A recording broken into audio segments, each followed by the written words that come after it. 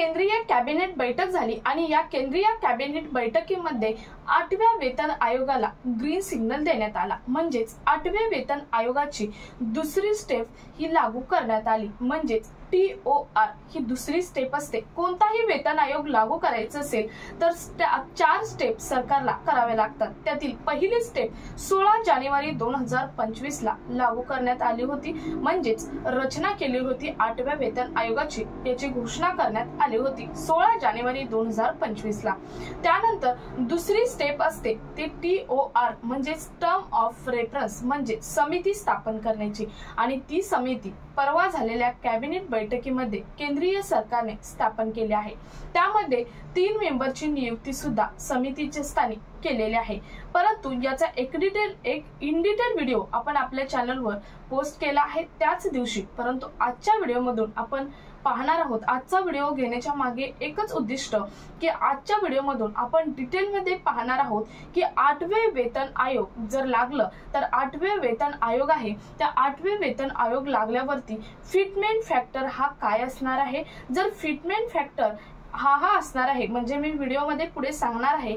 Fitment factor इतका असेल तर बेसिक सॅलरी तुमची किती होऊ शकते। सध्या 7व्या वेतन आयोगानुसार तुमची बेसिक सॅलरी किती आहे त्याला गुणुले करून तुमची फिटमेंट फॅक्टर वाढल्यानंतर म्हणजेच 8वे वेतन आयोग लागल्यावरती फिटमेंट फॅक्टर हा वाढणार आहे, आणि फिटमेंट फॅक्टर वाढल्यानंतर तुमची सॅलरी ही किती होऊ शकते याचा कॅल्क्युलेशन पार्ट आपण व्हिडिओमध्ये पूर्णपणे डिटेलमध्ये पाहणार आहोत। तसेच TOR मध्ये काय काय येतं किंवा यासाठी लाभार्थी कोण कोण ठरणार आहे, कोणाला लाभ चांगला मिळणार आहे याची सर्व माहिती आपण आजच्या व्हिडिओमधून पाहणार आहोत। त्यामुळे व्हिडिओ स्किप न करता शेवटपर्यंत पाहायचा आहे, कारण तुम्हाला पूर्ण कॅल्क्युलेशन पार्ट या व्हिडिओमधून समजणार आहे। त्यामुळे व्हिडिओ स्किप न करता शेवटपर्यंत पहा। चॅनलवर पहिल्यांदा आला असेल तर अशाच महत्त्वपूर्ण आणि गव्हर्नमेंटच्या नवनवीन अपडेटसाठी आत्ताच आपले चॅनल सबस्क्राइब करा, शेजारील बेल आयकॉन सुद्धा ऑन करून ठेवा, म्हणजे असेच महत्त्वपूर्ण अपडेट तुमच्यापर्यंत रेग्युलर पोहोचत राहतील।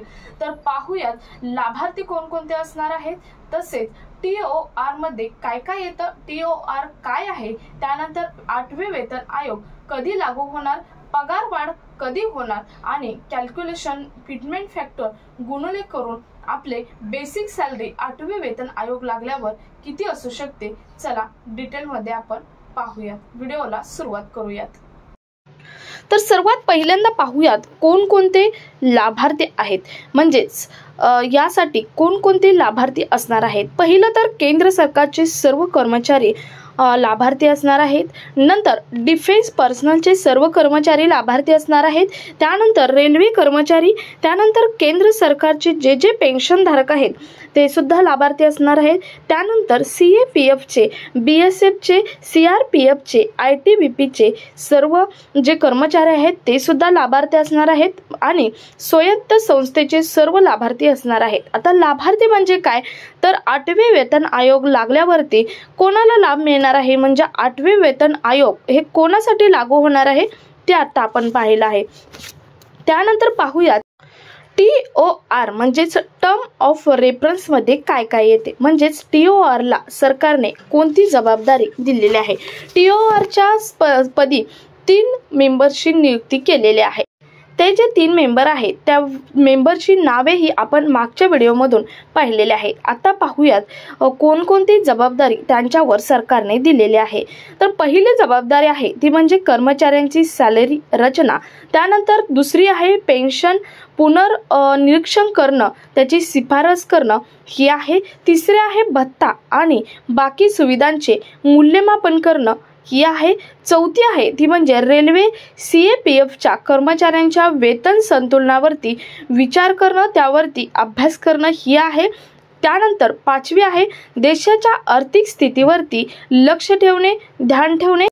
त्यानंतर 6वी जबाबदारी त्यांच्यावरती देण्यात आलेली आहे ती म्हणजे राज्य सरकारवरती वित्तीय परिवर्तन घडवून आणणं ही त्यांच्यावरती दिलेल्या 6 जबाबदाऱ्या आहेत। म्हणजेच जे 3 समितीमध्ये 3 जे मेंबर्स नेमले आहेत त्यांच्यावरती या जबाबदाऱ्या दिलेल्या आहेत। तर तुम्हाला समजले असेल की TOR मध्ये काय काय येतं, म्हणजेच टर्म ऑफ रेफरन्स मध्ये काय काय येतं ते. यानंतर सर्वात महत्त्वाचा पॉईंट आपण पाहणार आहोत, त्यामुळे व्हिडिओ शेवटपर्यंत पहा. कॅल्क्युलेशन पार्ट व्हिडिओमध्ये आता सुरू होते. बघा, 8व्या वेतन आयोगानुसार जेवढे पण पेन्शनर्स आहेत, कर्मचारी आहेत, त्यांची पेन्शन किती होणार, फिटमेंट फॅक्टर हा किती असणार, याची सर्व माहिती आपण आता पाहूयात. तर बघा, 7व्या वेतन आयोगानुसार कर्मचाऱ्यांची बेसिक सॅलरी ही 18,000 आहे. म्हणजे 7व्या वेतन आयोगानुसार 18,000 कर्मचाऱ्यांची सध्या बेसिक सॅलरी आहे. 8वे वेतन आयोग लागू झाल्यावरती हा फिटमेंट फॅक्टर म्हणजेच फिटमेंट फॅक्टर हा वाढणार आहे आणि तो फिटमेंट फॅक्टर असणार आहे बिटवीन 1.86 ते 2.46 म्हणजे 1.83 ते 2.46 पर्यंत असणार आहे. भरपूर जणांनी यावरती अभ्यास केला आहे आणि हा फिटमेंट फॅक्टर काढलेला आहे.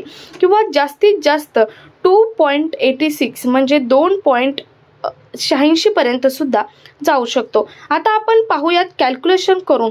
तर सरकारी रिपोर्टनुसार दिलेल्या फिटमेंट फॅक्टरनुसार आपण जर 8 पे कमिशन लागू झाल्यावर बेसिक सॅलरी काढली तर किती होणार, चला पाहूयात कॅल्क्युलेशन करू. तर बघा, आता पहिला आपण बिटवीन दिलेला होता, त्यातील पहिला फिटमेंट फॅक्टर घेऊयात. तो म्हणजे 1.86 म्हणजेच 1.86 फिटमेंट फॅक्टर जर घेतला तर फॉर्म्युला काय असतो, फॉर्म्युला बेसिक हा सेम असतो फिटमेंट फॅक्टरचा. म्हणजेच जर एखादे वेतन आयोग लागू करायचं असेल तर बेसिक सॅलरी किती येऊ शकते, याचा जो फॉर्म्युला आहे ते सेमच असतो. फॉर्म्युला काय असतो तर बेसिक सॅलरी गुणिले फिटमेंट फॅक्टर असतो. म्हणजेच basic salary into fitment factor असतो.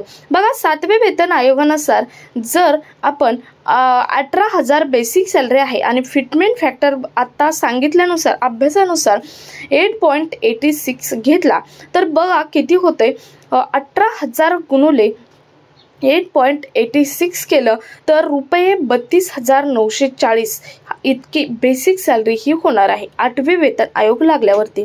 त्यानंतरचा दुसरा फिटमेंट फॅक्टर बघा, जर 18,000 गुणिले 2.46 2.46 जर फिटमेंट फॅक्टर घेतला तर बेसिक सॅलरी होणार आहे बघा 44,280 दिलेला आहे इथं कॅल्क्युलेशन पार्ट. बघा, म्हणजेच जवळजवळ हायर पेन्शन होणार आहे 50,000. म्हणजेच हायर पेन्शन ही बेसिक सॅलरी 50,000 रुपये होणार आहे. आता पाहूयात 50,000नुसार आपण सॅलरी किती होऊ शकते ते पाहूयात. आता बघा, 50,000 गुणिले 8.86 केलं तर बघा 91,500 रुपये सॅलरी ही होणार आहे 8वे वेतन आयोग लागल्यानंतर. आणि जर 50,000 इंटू 2.46 केलं तर सॅलरी होणार आहे 1,23,000 रुपये ॲप्रॉक्सिमेटली. म्हणजेच ॲप्रॉक्सिमेटली जवळजवळ 1,23,000 रुपये सॅलरी ही 8वे वेतन आयोग लागल्यावरती होणार आहे.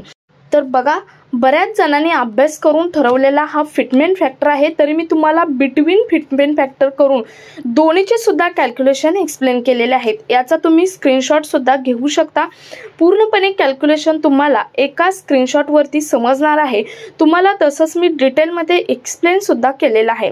सो तुम्हाला यावरती आणखी काही डाऊट असेल तर कमेंट्समध्ये नक्की विचारू शकता, तुम्हाला ॲन्सर दिलं जाईल. सो हा व्हिडिओ जास्तीत जास्त कर्मचारी पेन्शन धारकांपर्यंत शेअर करा. भेटूयात पुढच्या एका नवीन अपडेट सोबत. तोपर्यंत धन्यवाद.